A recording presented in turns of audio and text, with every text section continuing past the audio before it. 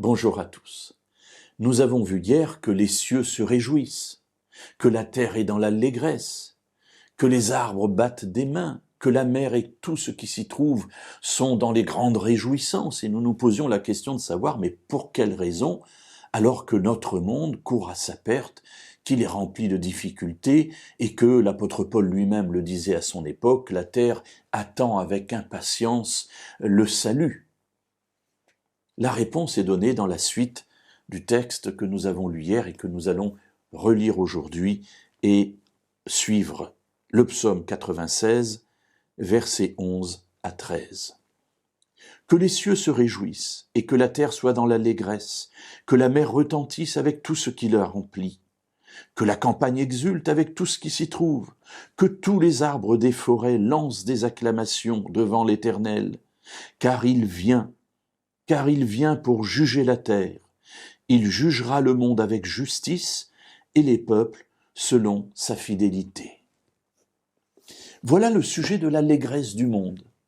Parce que l'Éternel vient. Ok, très bien. Mais il ne vient pas pour se promener, pour profiter du paysage.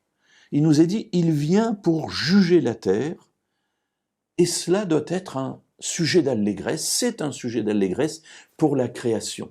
Et donc, cela pourrait être aussi un sujet d'allégresse pour nous.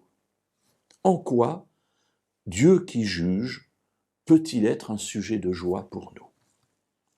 Eh bien, la fin du verset 13 nous le dit.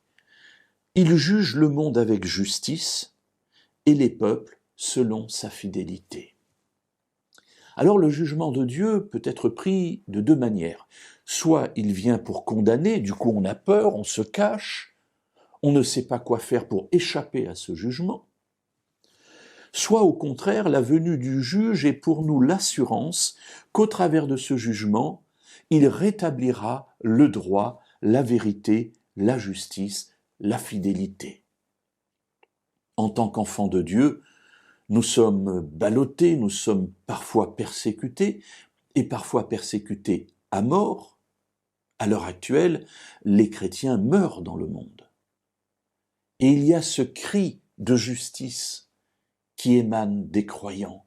Seigneur, jusque à quand tarderas-tu?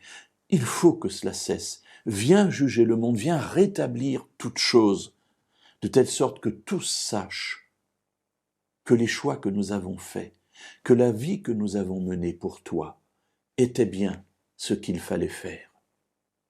Alors je suis persuadé que le psalmiste, en écrivant ce psaume, pensait à cela. Oui, le monde, comme le dit Paul, soupire après la révélation des fils de Dieu, après la rédemption des fils de Dieu, parce qu'avec cette rédemption, il y aura un jugement juste qui sera rendu, où il sera clair devant tous qu'en tant qu'enfants de Dieu, nous avons bien été fidèles à ce que Dieu voulait de nous, dans l'attente de la rétribution et de la fin de toutes choses. Alors oui, Seigneur Jésus, reviens bientôt.